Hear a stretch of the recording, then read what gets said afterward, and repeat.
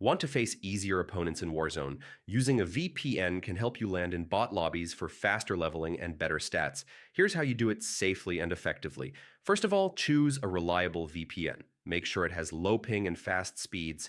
NordVPN, Proton VPN, and Surfshark are great options. Install the VPN on your PC or console.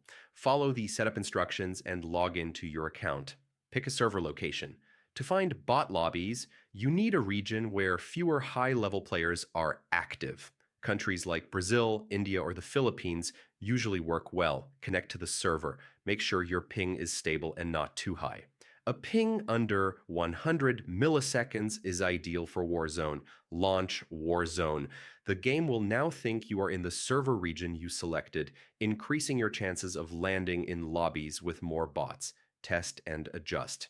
Sometimes one server might still have skilled players, so try different nearby regions until you find consistent bot lobbies. Play responsibly. Using a VPN doesn't guarantee bots every match, and excessively changing regions can sometimes trigger matchmaking delays. Always use it wisely. With these steps, you can level up faster, complete challenges, and improve your stats without constantly facing pro players.